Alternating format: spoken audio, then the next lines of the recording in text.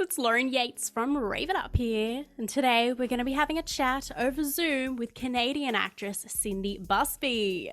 You may know her playing Ashley in the TV show Heartland. And we go back to the beginning and talk about how she got into acting and her love and dedication for it.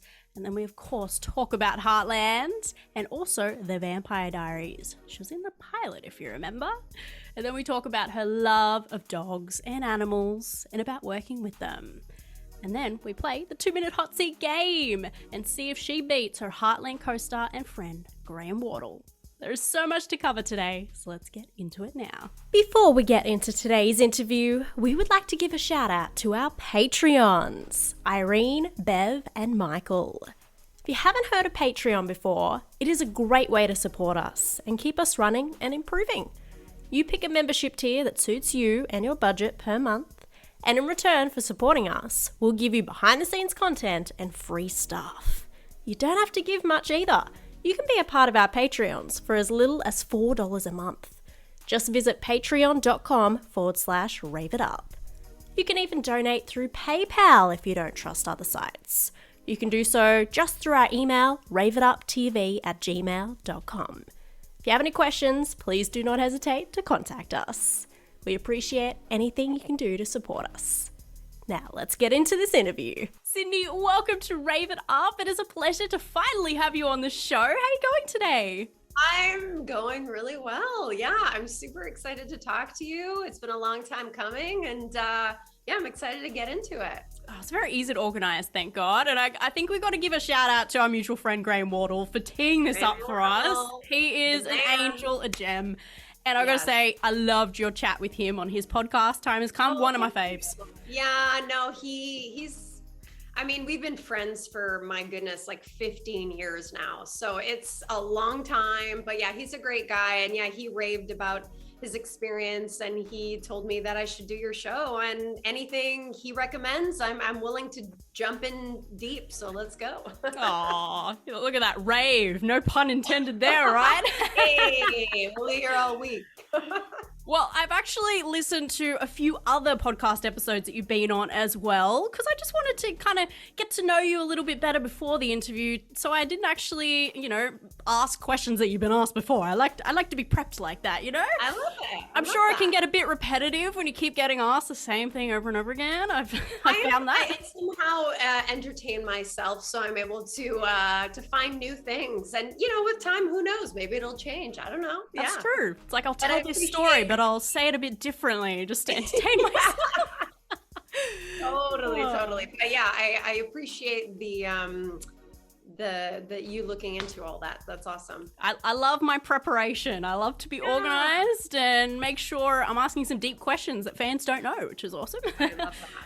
I'm all about that. So since this is your first time on our show, we'd actually love to start from the beginning, if that's okay, to get a good idea of how you've made it to where you are today.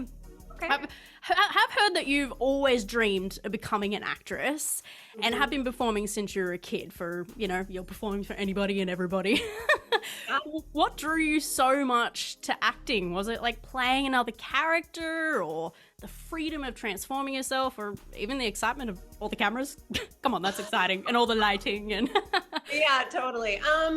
Well, I grew up in a household where my dad was obsessed with movies. So we watched TV and movies all the time. I would memorize like the characters' lines and repeat them. There'd be like 50 some odd movies where I would know like all the lines to it, or one specific character that I really loved. And so I guess that's kind of how it started. And I just really loved make-believe. And, growing up, things weren't always super simple for me and in the family. So I think for me, it was kind of a little bit of an escape, if you would, of like, creating this like other world and this other person where things are different. And so I was able to, and then also being an empath and someone who really appreciates people and their stories and what they've been through, and really understanding really understanding people from like such a deep place is something I don't know, it's become something I strive for more and more, even outside my work, like just in personal experiences and talking with people. I just really care about people because I guess from a really deep way, like me caring about other people is also me caring about myself. If, I believe That's like deep. we're all, yeah, wow, we've been in this, 5 minutes? 5 minutes, we're already getting to the nitty gritty. Yeah, but that's ultimately that's pretty much it. Just really loving make believe and really being fascinated with human stories and wanting to explore that and also comedy has always been something I really love. I love making people laugh. I love suspending people's reality for an hour, 2 hours, and allowing them to escape their the stresses of life or the weight of it all. And if I can do that for a little bit, that fulfills me. And I guess that's kind of what I've realized why I probably did it to begin with. But somehow when I started, I didn't know any of that. I was just like, this feels right. I'm going to do this. And it's fun. Yeah, totally. I remember I put, sometimes I'd take a blanket and wrap it around my waist and put like a belt around so it would hold up. And I would like gallivant around my house, like pretending I was like a princess and stuff, which is so hilarious. And I remember sometimes like practicing in front of the mirror, like doing interviews, like what I'm doing now, and like prepping already, ceremonies and stuff like that. And this was like way before any of this was ever a thing. And so yeah, it's interesting how things kind of manifest themselves. It's pretty cool. It sure is. And I think like there are so many people that want to get into what you're doing, but a lot of people either just think it's too hard or they just think they won't be able to really make it. They don't have the, they don't think they have the talent and things like that. So they kind of give up very quickly. And sometimes they might just have like a little plan B on the side. Did you ever have that? Was there any other jobs that you were going for or other careers? No, I remember when I was in high school, and this was before I was in the school plays and stuff, but I had never done anything professional like on camera. And I remember in my high school yearbook, I said that I was going to be an actress, and people knew that about me, but they didn't know like what was going to come of it or anything like that. And people would be like, okay, like what's your plan B? And I'm like, I don't have a plan B. Like, this is it. And people were like, yeah, but like, seriously, like what if, it doesn't happen? Or like in the meantime. And I was like, I don't know. I guess I'm just going to figure it out. And I never had anything. And, I've had so many part-time jobs, like, don't get me wrong, like lots, but nothing of a career that was beyond my main focus, which was acting and creating. Oh, I love that focus. I love that dedication you had. It was like, nah, plan A, that's what I'm going for. Or stupid, but here we are.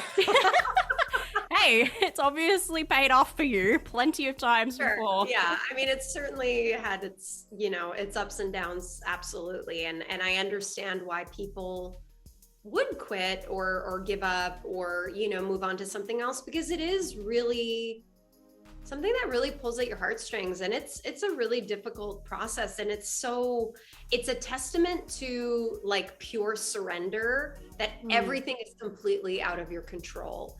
And I think if you can realize that along the way, then it's like it's easier because nothing is personal, and the acceptance aspect of it is, and then you're just doing it for fun, which, going back to the kid thing, like that's really why most of us get into acting is not to be famous or not to make, billions of dollars, but really just to tell stories and to play. And sometimes when the business aspect of acting comes into play, we kind of forget that side.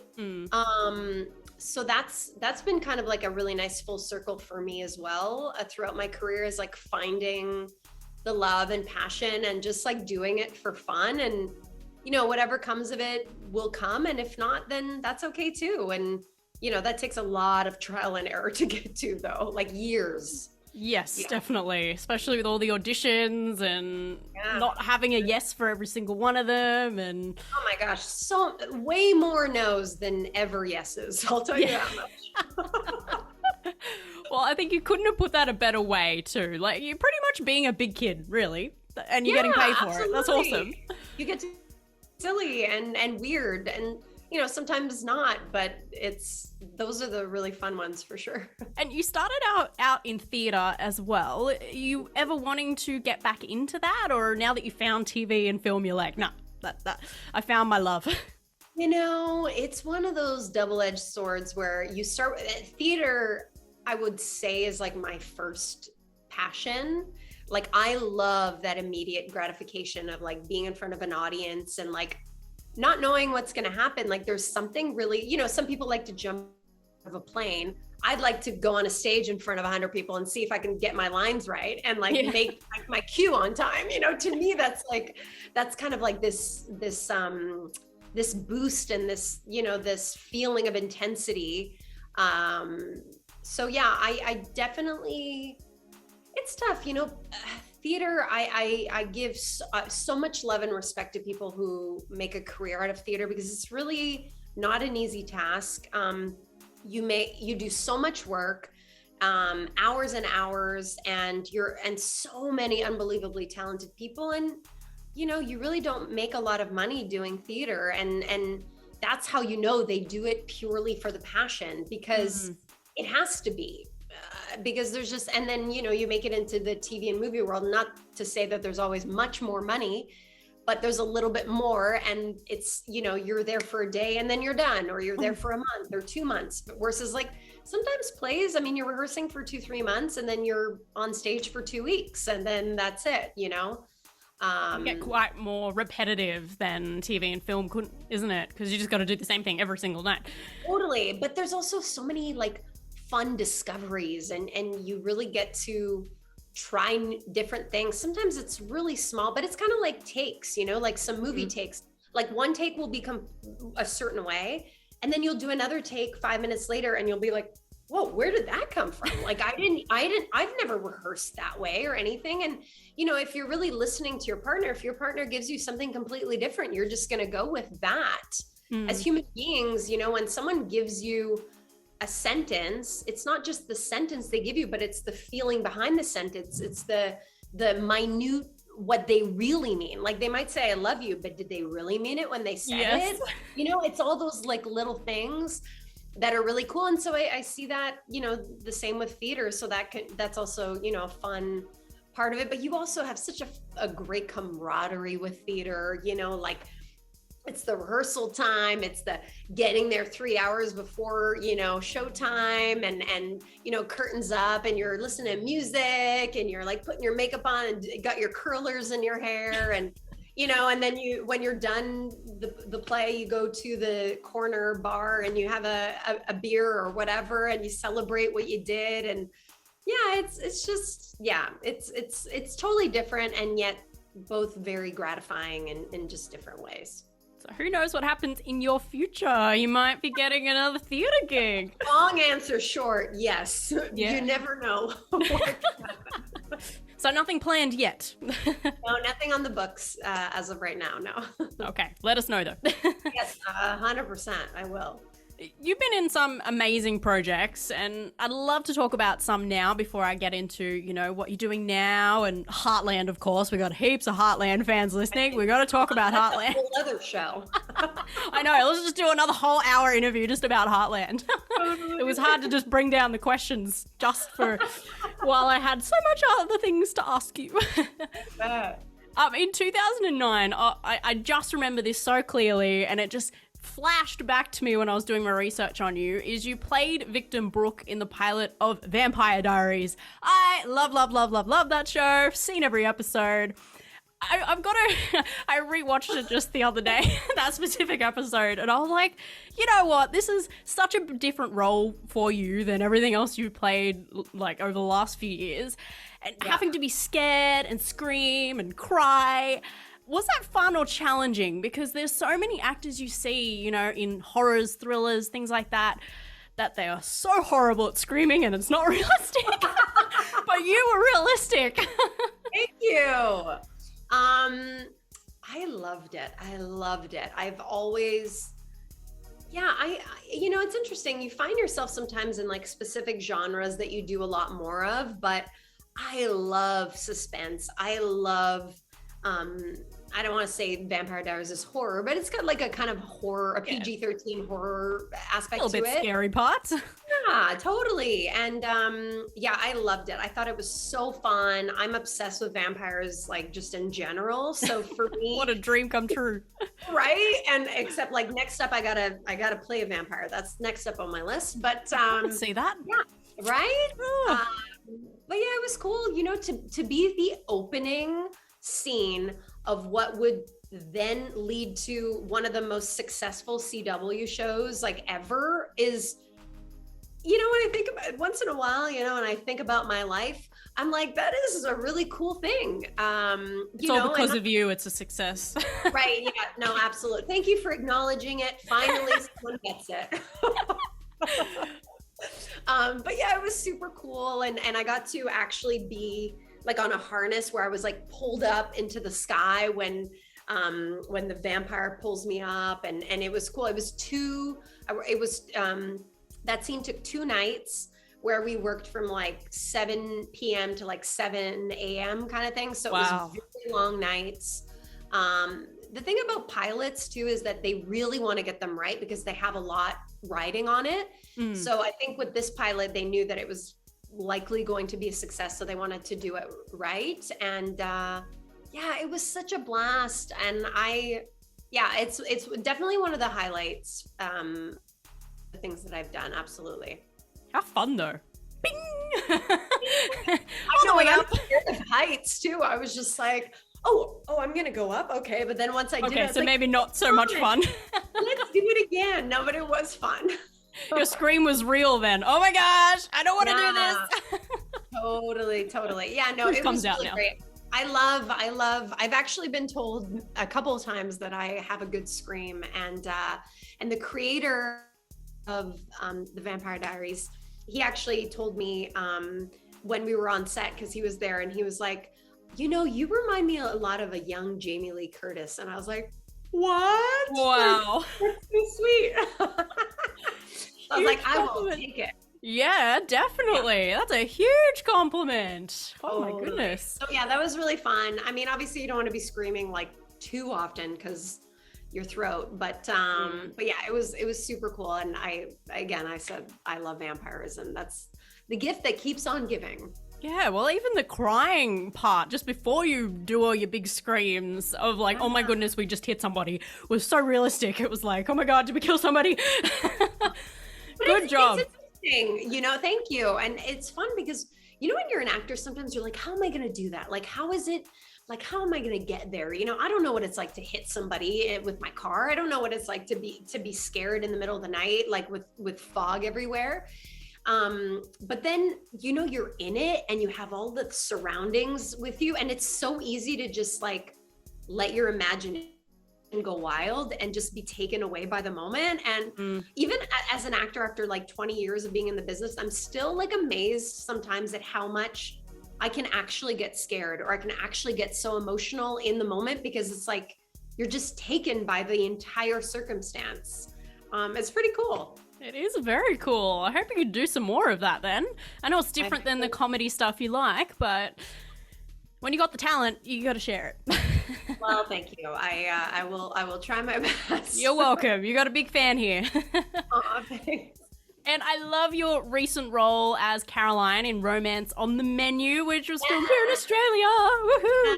Yes. How did you find your first time here in Australia? I hope it was nice and welcoming for you. Oh my gosh, it was my second time actually, but my first time shooting something. The first time I went to Perth and Adelaide with a friend of mine, and then who was doing like a Comic-Con. And then this time was my first time shooting, and it was really cool. I had just gotten back. No, I was shooting something else, and then I got a call about going to Australia, and I was like, and I had just done 3 movies back to back. So I was like exhausted. It was, I mean, great, like feeling so blessed, but it's really tiresome. You know, these movies, they're shot really quickly and long days, etc. And I was kind of like excited to just be home and decompress. And it was, I think this was like the month of November. And they were like, yeah, so could you leave in like 3 weeks and go to Australia and shoot a movie? And I was like, I literally can't turn that down. Like I would basically do it for free. Yes, Australia rocks. But yeah, so I said yes. The script was great. I spoke to the director, Rosie, who is such an angel, and we just hit it off right away. And so I flew into Brisbane, which I had never been to. And the entire production, Steve Jaggi, who's a Canadian who's been living in Australia for years, producing and having great success. And yeah, I had an incredible time. Honestly, Australia is a really magical place where the scenery is breathtaking, the animals, the food. Like I can't get enough of how good, like the quality of food, I just think it's just different. Like it truly, like you can just taste the health. If that makes sense. Thank you. Like it's just good, like good quality, and I just think the people are fun, and I also have a cousin that lives on the Gold Coast there as well, so I was able to visit him when I was done shooting the movie as well. So so you got some time off as well. Yeah, but it was and finally, like during the holidays, it was great, but it was so worth it. Like the people on set, like the crews there are like top notch. The actors were so talented, definitely some of the best I've ever worked with, and funny. Like I would truly compare it to when I did the movie Royal Hearts in Romania, and I shot with a bunch of UK actors. Like the comedy, like very dry humor, like and that's what it was like in Australia as well. And so I so appreciated that. But it was also summertime for you guys there because we were shooting in December. So let me tell you, it was And Brisbane's even hotter. I was sweating, like, and I think we had like a heat wave as well. And I remember one day there was like a torrential downpour. Like it was probably maybe an hour, but it was like we couldn't shoot. It was so loud and things were getting blown away. Like it was intense. Wow. Yeah. But it still came across really, really well. Oh my gosh. I gotta ask too, did you actually film in New York as well for those New York scenes? Or was that all still in Australia? Yeah, that was all in Australia. Movie magic, I tell ya. Magic. But actually, Barbara, who played my mom in it, she's from America. And she's from Hawaii originally, so her American accent was very natural. And then Joey is also American, living in Australia as well, the one who played my boyfriend / ex-boyfriend. And so, yeah, it like all came together really beautifully, and they found a great location, and yeah, truly movie magic. It sure is. And when was this film too? Because obviously when it was released, I think COVID was just hitting, and I'm like, yeah, it was we just got it in. Yeah, it was. I got to Australia end of November 2019. So got in there. I know. So lucky. So grateful. Yeah, and then I was able to travel around for 2 weeks after, and then that's one of the experiences I would do again in a heartbeat. Like it was definitely highlight reel of my career for sure. You got to come to Sydney next time, okay? That's where I am. I came to Sydney after I was done shooting. If only we knew each other back then. Actually, that's where my husband and I got engaged, was in Sydney. Oh, yes. I know. A love story here. I love it. It's got a very special place in my heart, for sure. Okay, let me know if you ever come back, all right? We can meet in person properly. Absolutely. And one of the beautiful, just so kind people that you did film with was Naomi Sequeiro, who played Beth in the show, who I've had on a couple of times. We're good friends. We've hung out heaps. So I was like, oh, it's Naomi. What the hell? Oh, my God. She's doing a film with Cindy.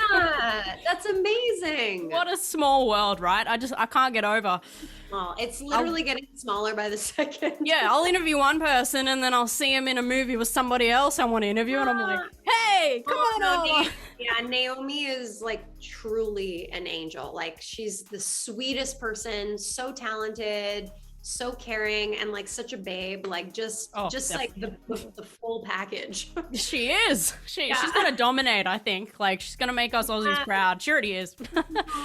Yeah, she's great. This confused me too, because I've seen this for a couple of movies. I see that the movie is also under another name, Hearts Down Under. Why do they do that? Why do they put movies under two names? It's a bit strange. I'm not sure, but because, and this is me totally guessing at this point. Just your opinion. Yeah, just my opinion. Because the movie was sold to Netflix Australia and New Zealand in Australia and New Zealand, then it had that title. And then when they sold it to North America, they sold it to Hallmark. And so I think they just decided to kind of rebrand just because it was their own. Makes sense.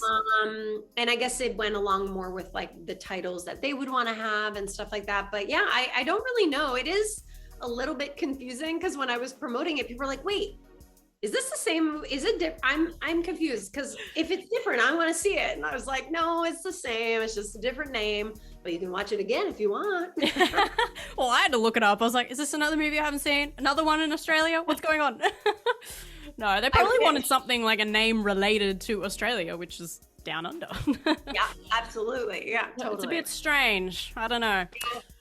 And a huge project I got to bring up you did in 2011, big deal, was The Big Year with Steve Martin, Jack Black, Owen Wilson. How was it working with them? Did they give you like any acting advice? Because they're legends. Yeah, tell me about it. I remember I got that audition and I was like very sick that day. Yeah, I read that. Failed on it. And love your dedication. Turns out, thank you. But yeah, I didn't know who was going to be in the movie when I auditioned for it initially. So when I found out, I was like, holy crap, this is unbelievable.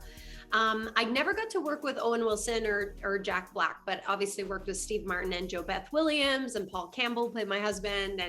And Steve Martin is like on another level famous. You know what I mean? Like he's just like old Hollywood, where he doesn't come from a world of like, you know, social media and paparazzi. Like he has fame, but through his work and nothing else, kind of thing. Like, and obviously his like comedy, you know, and his banjo, and but I think that's like really cool and fascinating, and something I kind of wish we still had nowadays, you know, like I just feel like so many things are just out there.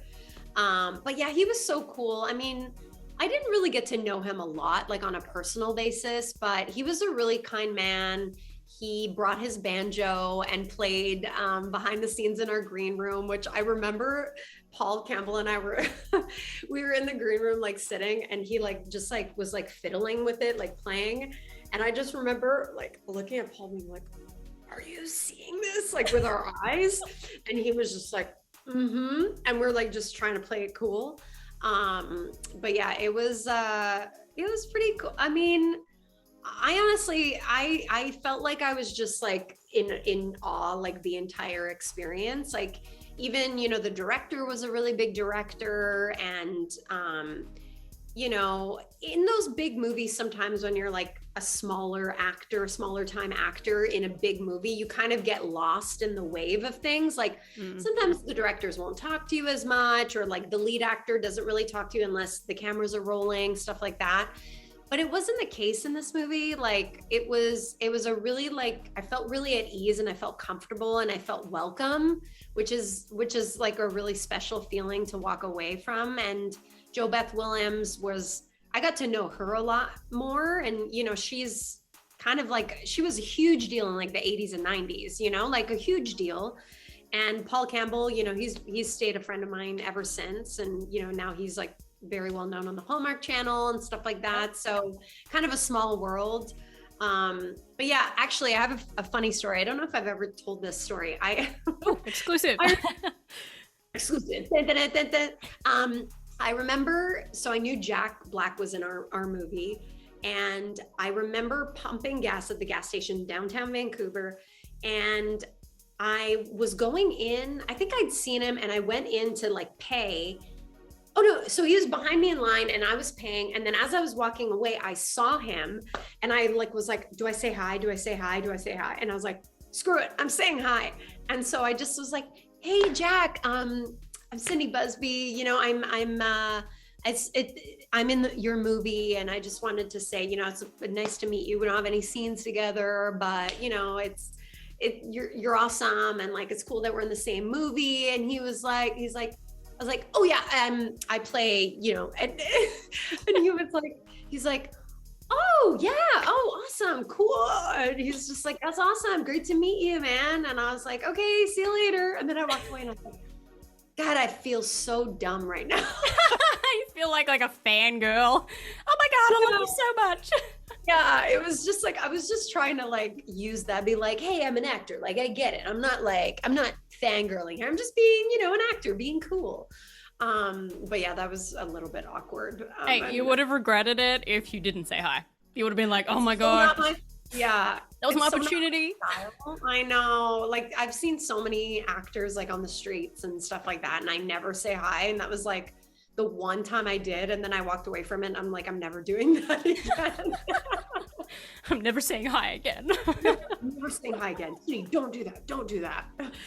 And Jack Black was probably just like, okay, that was a bit strange. Yeah, he probably immediately forgot about me, and I'm thinking about it still, like, you know, 10 years later. So here we are. Well, hopefully he may have just gone back and watched the film that he made and was like, oh, that's the right. girl. Okay. That's the girl from the SO. Nice. That's what you hope happened. Yeah, totally. In some other dimension. Now, I guess we better talk about some Heartland, right? Everyone remembers you playing Ashley. Well now. I think we have. You know, people have had to watch about half an hour of the interview to get to it. What was your absolute favorite part about being on Heartland and playing Ashley? Because it's such a fun character. Yeah, honestly, playing Ashley was so fun. I love playing an antagonist. I think it is so much fun. And especially because I know, like, within myself that I'm nothing like that. And you know, I've said this before, but like many times Amber and Graham or Greta or whatever, I would, you know, do a scene and then they yell cut and they would all burst into like laughter. Because I was hearing that in an interview. Yeah, they were like, oh my gosh, Cindy, like you were the opposite of that. And it's hilarious to watch you do it so well and then be like a goofy, like whatever person in real life. And they're like, we just can't get over it. But yeah, it was, I don't know, it feels like so long ago and yet so not long ago. Like it's just so near and dear to my heart. You know, at that point, it was the biggest thing I'd ever done. And I was in a show for 4 years with this almost the same crew, almost the same cast for 4 years. And that's a long time. And we really got to know each other and we really genuinely like enjoyed each other and hung out like behind the scenes. And it was like going to summer camp, but for like, you know, 6 months out of the year. And yeah, I feel unbelievably grateful to have been a part of that show to this day. And most of all, the thing that I appreciate is the friendships I still have from the show. And also like, you know, the last couple years specifically, you know, people have spent more time at home and stuff. And some new people have discovered Heartland. And I hear from people all over the world telling me like, I just discovered this show. Like, it's so good. You're so great in it. You're my favorite part. Or like, gosh, I miss you on the show.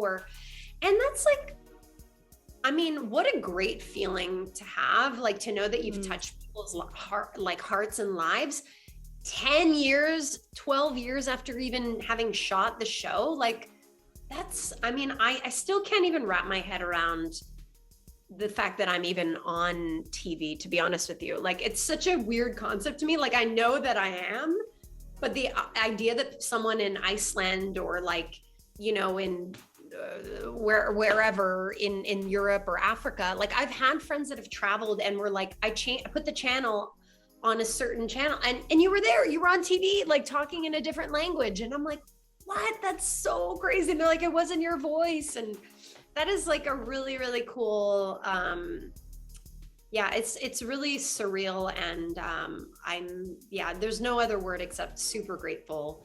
And I know that I learned so much by being on that show, how to be an actor, how to be a good person on set, the do's and don'ts. You know, there's no better school of acting than to be on a series. If you have the opportunity to be on one, it really is like the best way to learn. It's just, yeah, it was amazing. And over the 4 years, you're on 52 episodes from memory. Yeah. How did you continue to keep it fresh and interesting for yourself? Because it must have gotten a little bit repetitive, but the great thing about Ashley is she just really grew as a character.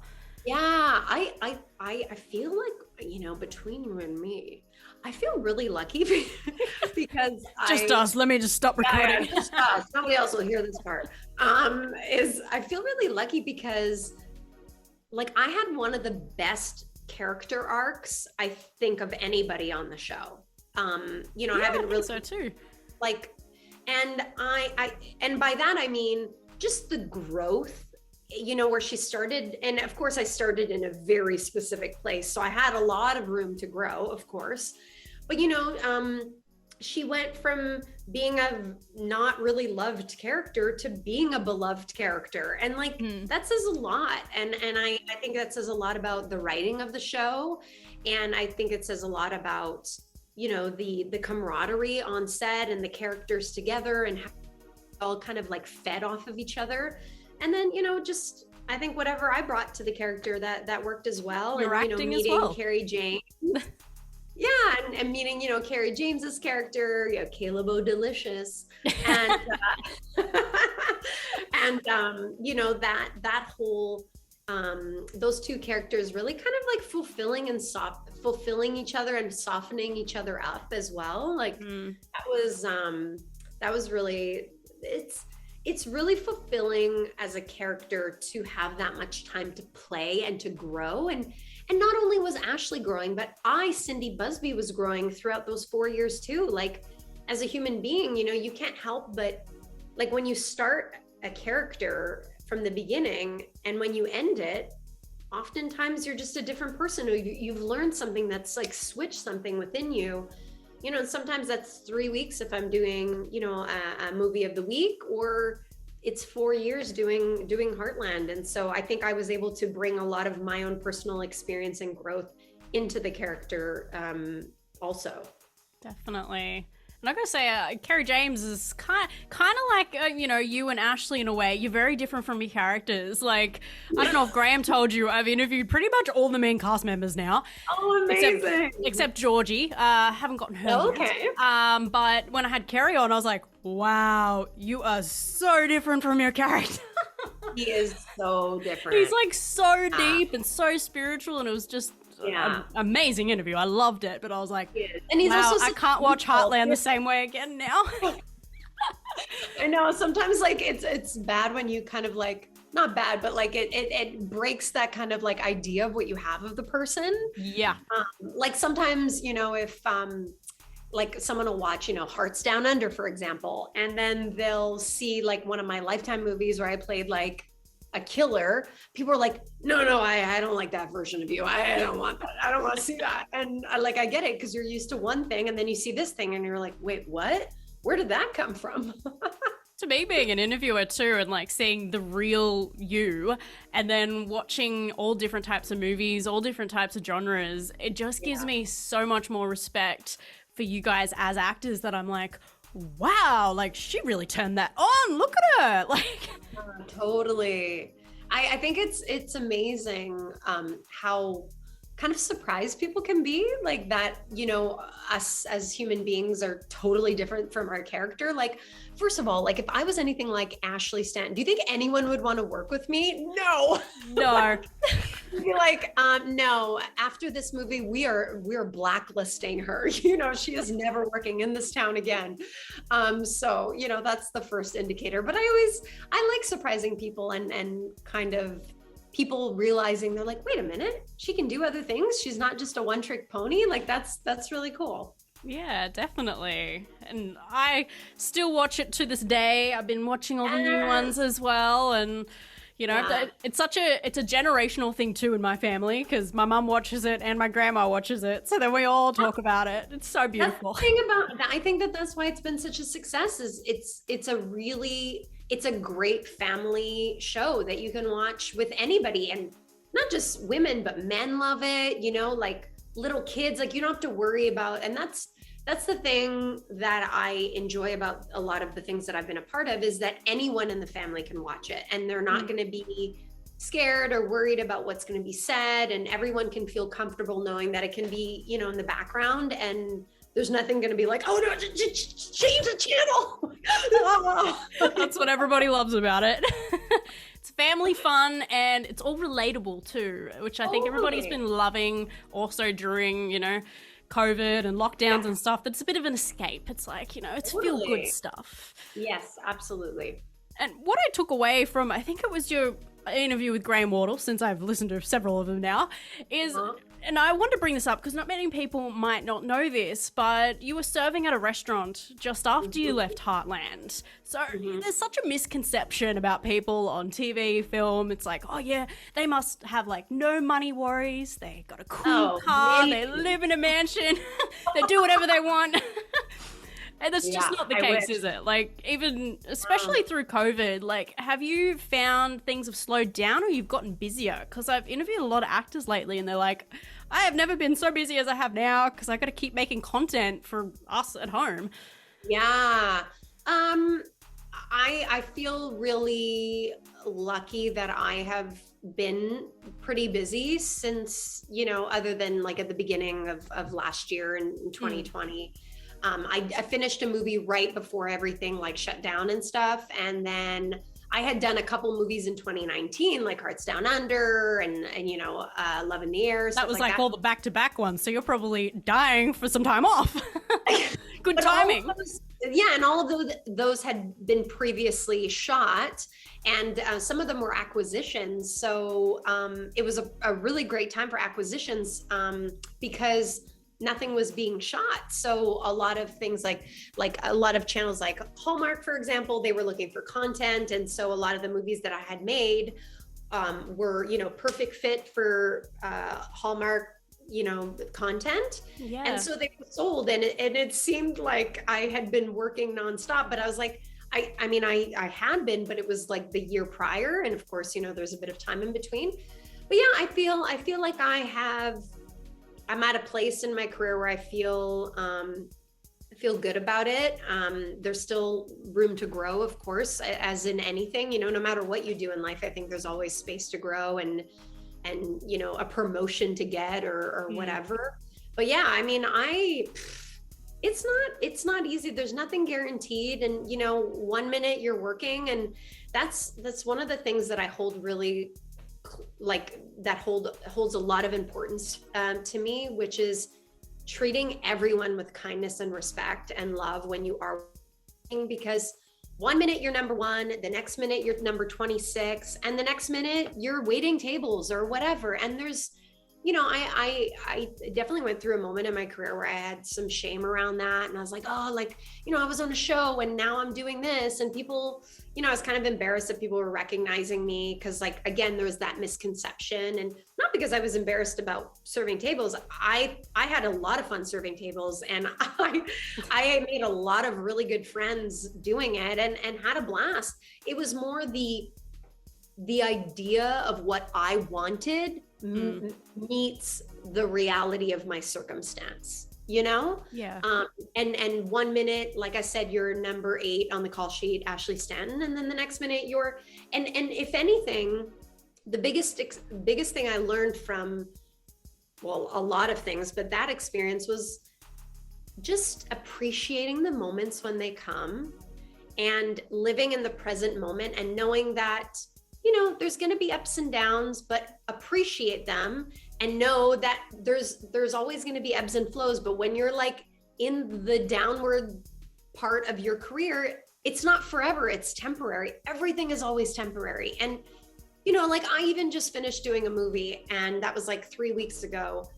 And I still find in my mind, I still have moments where I'm like, okay, I might never work again. Okay, what do I need to do? Gosh, I'm useless, or like whatever. And you get in your head about it, and it's but now I have a practice and I know what to do when those moments happen. But back then I didn't have those tools, and I gave a lot of value, a self-value in regards to my career. If my career wasn't going well, then I was not well. And if my career is doing well, then I was well. Yeah. But it's really, and the thing that I realized probably like about 5 years ago, when a lot of things in my life changed, was if you can be okay and do well in the low times in your life, then everything else is just whipped cream. You know what I mean? It's just, it's easy. It's easy to be happy when everything is going well. It's really hard to feel good and feel happy when everything has turned to poo. Yeah. And so that's kind of what I have been able to learn through my career, and which kind of comes full circle to what you were saying about, I can be happy without money. I can be happy with money, because it doesn't define the human being that I am. I can be happy waiting tables. It's a very respectful job. I love going to restaurants and I truly believe that everyone should work at a restaurant in their life, because then they would know what it's like and they would appreciate it and treat people well. And it's such a blessing to get to go and have dinner at a place and have someone take care of you so you can relax. And there's so many people involved to getting your meal. Like it's so when I go to a restaurant, it's like utter respect. And like, I want to enjoy my experience. I want the person who's bringing me the food to enjoy their experience with me. And then I want to pay them for their service. You know what I mean? And it's, so that's a lot of the things that I've learned and have appreciated through time. But I also think that comes with age too. Like we're not born with wisdom and knowledge. We learn it as we go. And so any chance I can to like share that knowledge with anybody in the industry, it's not easy. But the biggest thing I say is don't focus on your career as much as focus on yourself, because the career will come if you take time to focus on you. Because by you understanding yourself and being in a good place, you'll be able to be a better actor, because you'll understand emotion better. You'll understand circumstance. You'll understand what it's like to, like, if you're in denial, if you're not someone who can love or be loved and pushes people away, or someone who's in denial about their life circumstance, how are you going to show that in a story or a character if you don't even know about yourself? Yeah. It requires a lot of consciousness and a lot of awareness.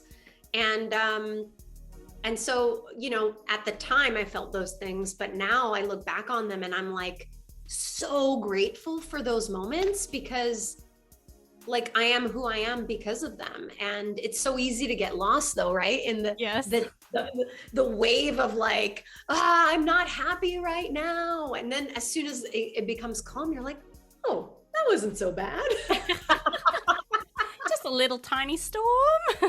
Little storm, no big deal. And then it happens. It's amazing how we forget. It's like, drinking too much and you're like hungover and you're like, I'm never drinking again. And then, next weekend happens. You do it again. Like, Yep. So do you have any tools that you can share with us, like mental health tips for our audience? Well, I definitely think meditation is a huge part of something that helps. I know that's nothing new. But that certainly helps, energetically. Breathing is huge. And then I also am a big fan of mantras.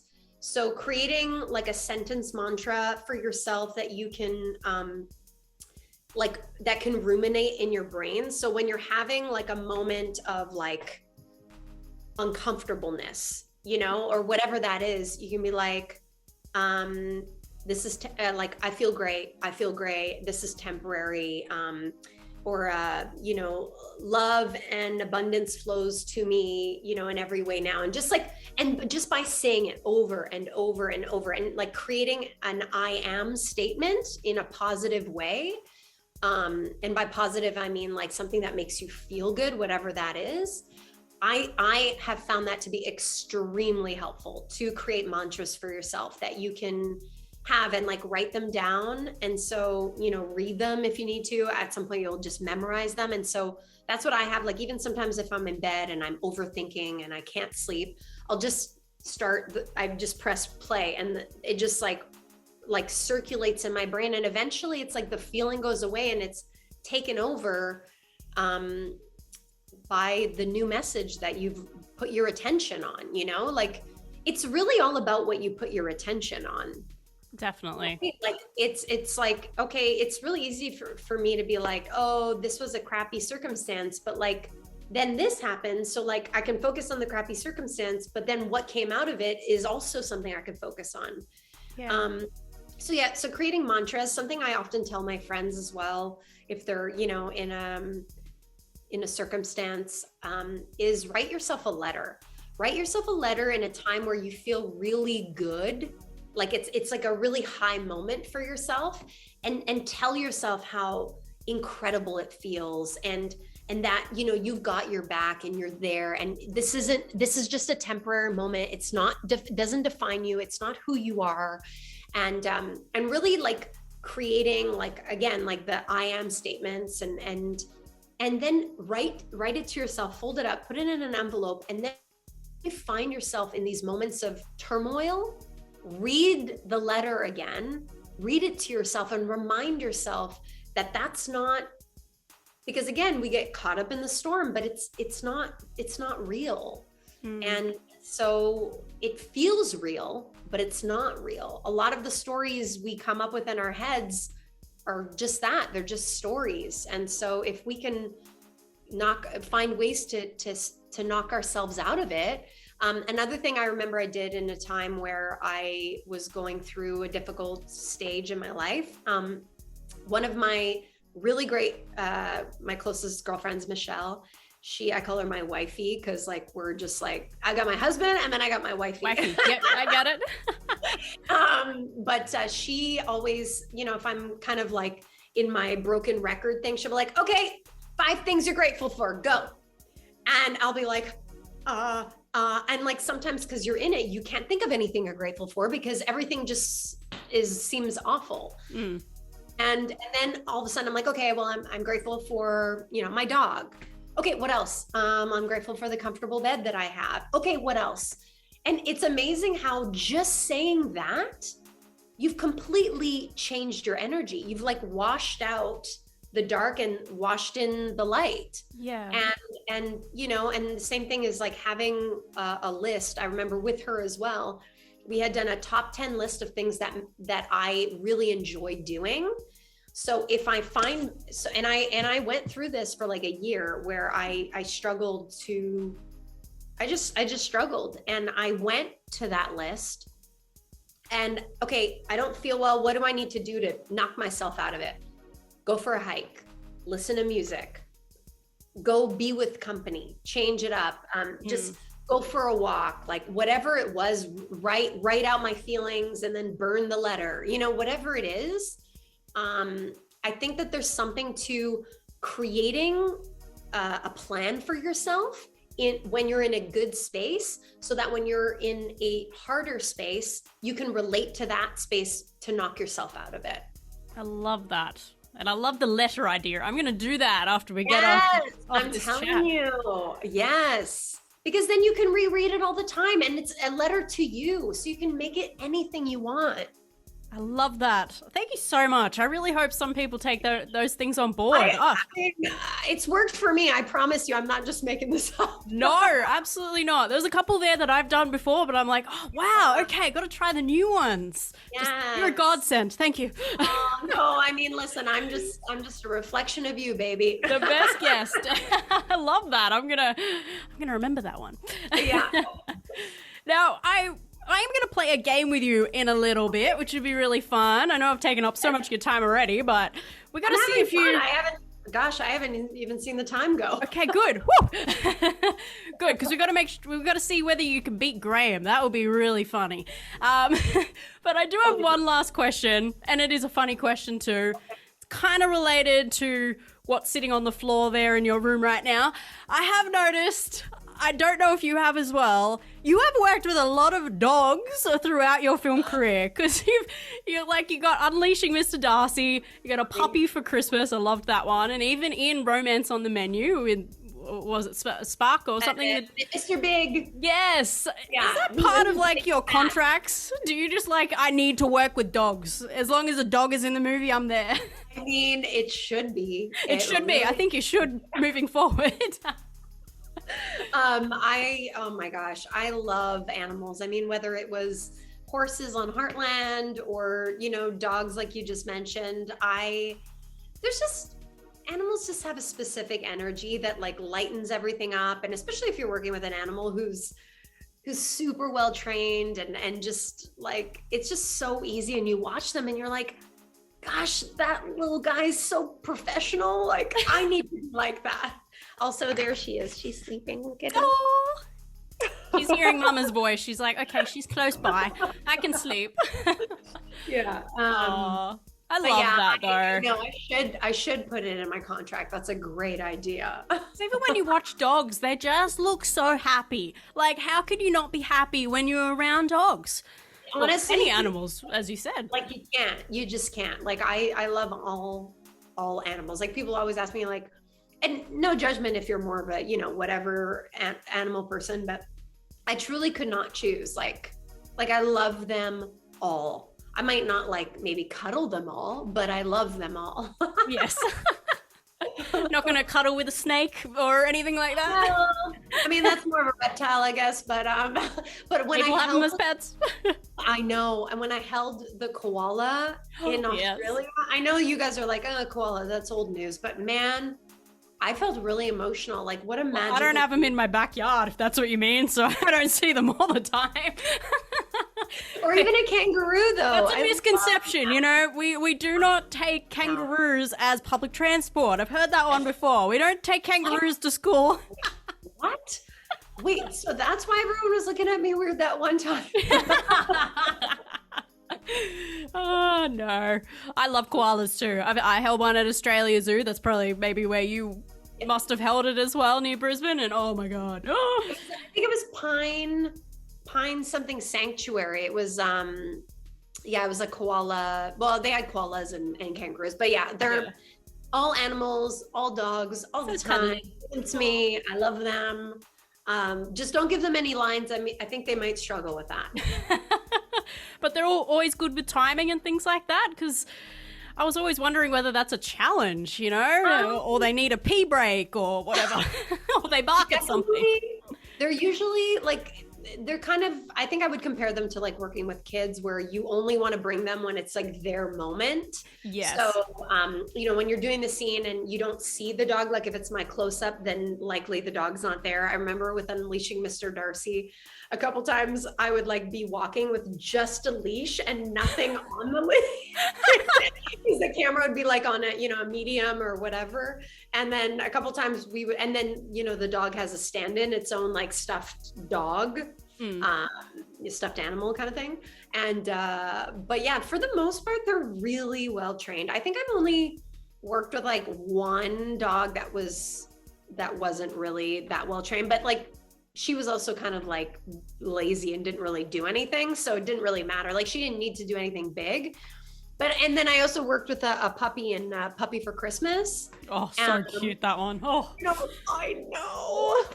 That dog was, of course, I think it was like 4 or 5 months old or something. So it was like, it was still learning, but I mean, it didn't need to do anything. I just needed to look cute and nobody's looking at me. They're looking at the dog. So like, whatever.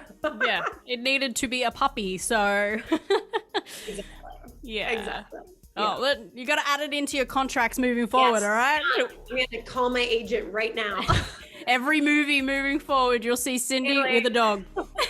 Or at least an animal of some sort. Yeah, totally.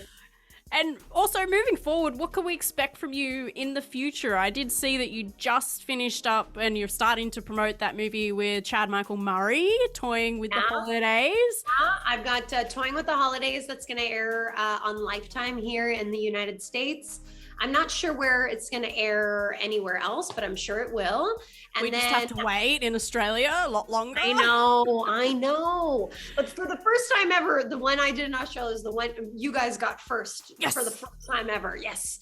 And then I also have a movie called Joy for Christmas, which is going to be airing on GAC Family, which is a new network here in the States. And that's with Sam Page. And that's another really beautiful Christmas movie. And they're playing like one day, like Toying with the Holidays is on the December 18th, and then A Joy for Christmas is on December 19th. So it's kind of a Cindy Busby Christmas weekend. Yes, just a marathon of Cindy Busby. yeah, totally. Just I love it. Not enough. Yes. Here's more. Well, come back on the show in the future, all right? I want to hear about them all. Thank you. Yeah, I'm looking welcome. forward to it. Thank you so much. Well, I think it's now time for the legendary 2-minute hot seat. What do you think, Cindy? I'm nervous. Okay. It's like I have no idea what to expect. I love seeing idea. people's faces when I say it. They're like, okay, what do I gotta do? Very easy. What I do is I ask you various questions and you just have to pick your preference. So it's like dogs or cats, which are going to be very hard for you to answer because you love all animals, sing or dancing, things like that. Think about it now because it will be a question coming up. Okay. You can just go both. Okay. And when we finish, I'll see where you sit on the leaderboard up against everyone else who's played the game on the show. So, our mutual friend Graham Wardle, I'm sure you want to beat him. He has answered 51 questions in 2 minutes. And that was over Zoom too, so I'm sure you can do it, honey. Oh, okay. So I just have to say the word of what I choose. Yeah, just the word. So you can go really quickly. I'm the one who has to keep up. Okay. And also Chris Potter from Heartland. He also has played it. He's answered 30 questions. And Gabriel Hogan, who plays Peter, Michelle's husband, 49 questions. Wow. Really close. As I said, I've interviewed all the others, but we just did more of the interview than actually got to play the game. So those three are the ones that have played it that you know of. And yeah, so 30, at least 30, that will beat Chris. 51 if you want to beat Graham, yeah? I'm gonna try to beat Graham. Let's do this. Awesome. All right, let me get my stopwatch out. Okay. It's 2 minutes, right? Yeah, I give you 2 minutes 15 just because it's over Zoom and there's a bit of a delay. So all the Zoom interviews, I give you 2 minutes 15. That's fair. I like all fair. Right. Fair's fair. Fair is fair. Okay, Cindy, you ready? I'm ready. Take a deep breath. All right. 3, 2, 1. Facebook or Instagram? Instagram. iPhone or Samsung? iPhone. Apple or Android? Apple. Rap or rock? Rap. Rock or pop? Pop. Pop or country? Pop. Beach or mountains? Beach. Beach or pool? Pool. Sun or rain? Rain. Sun. Skiing or snowboarding? None. Comedy or action? Comedy. Blondes or brunettes? Blondes. Sweet or salty? Salty. Sunglasses or hat? Sunglasses. SUV or convertible? SUV. Mac or PC? Mac. PlayStation or Wii? Wii. Clean or messy? Clean. Singing or dancing? Sing. Dogs or cats? Dogs. Italian or Chinese food? Italian. Summer or winter? Summer. Kim Kardashian or Scarlett Johansson? Scarlett Johansson. Johnny Depp or Will Smith? Will Smith. Mall or online shopping? Mall. Cinema or home movie? Home. Ice cream or gelato? Ice cream. Cake or cookies? Cookies. Cookies or cookie dough? Cookie dough. Family or friends? Oh, family. Christmas or your birthday? Christmas. Night or day? Day. Bus or train? Train. Straight or curly hair? Curly. Eye color blue or brown? Blue. Vampire or werewolf? Vampire. Texting or calling? Calling. Los Angeles or New York? Oh, New York. Friday or Saturday? Saturday. TV or movies? Movies. Coffee or tea? Coffee. Snow or surf? Snow. Harry Potter or Twilight? The first one, not Twilight. Family Guy or The Simpsons? Family Guy. McDonald's or Burger King? McDonald's. French fries or chips? Chips. Burger or hot dog? Burger. Guitar or drums? Drums. Leather or denim? Denim. City or country? Country. Biting your nails or picking your nose? Picking my nose. It's funny, not many people say that. We're out of time. They're like, anything but picking my nose. It's like they want to sound like they don't pick their nose. Everybody does. I mean, please. I've seen a lot of people in their cars pick their nose, let me tell you. All right. How many questions do you think you answered in that time? I don't know. I feel like I did pretty well, but like I don't believe this. You and Graham have answered the exact same amount of questions. Yes! Yes! I needed to give you like one more second and you would have beat him. Darn it! Darn it! I am going to have a big laugh about that with Graham. That is hilarious. So 51 questions, both of you. That what are is... the other people doing? They're humming and hawing about it? Yeah, pretty much, yeah. Really? So you're sitting at number 37 on the Rave It Up leaderboard and number 3. Yeah, number 3 with Graham in terms of Zoom interviews. Oh, yes. Yes. So if you come to Australia again or I come over there, we'll do it. We'll do it again and we'll do it in person. Oh, that was actually really fun. Oh, thank you. Thank you. There's one question that I answered that I was like, I don't know about that, but now I can't remember it. But anyway, obviously not that important. I feel really good about it. Yes. Well, I think everybody loves that game, and I love to. Fun. I used to play it all the time. I played it, because I started this show like 11 years ago.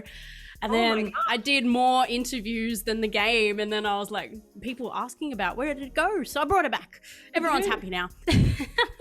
That's so fun. Thank you. And we are unfortunately getting to the end of the interview. It's gone very quickly. I'm going to be very sad to say goodbye. But as a closing statement, and was probably the most important question, knowing what you know now, what would you tell your 14-year-old self? I would tell myself to pick me first, to live for me first, and not worry so much about everyone else around me, because then I can be the best version of me for everyone else around me. Oh, another deep one. We started with a deep one and we ended with a deep one.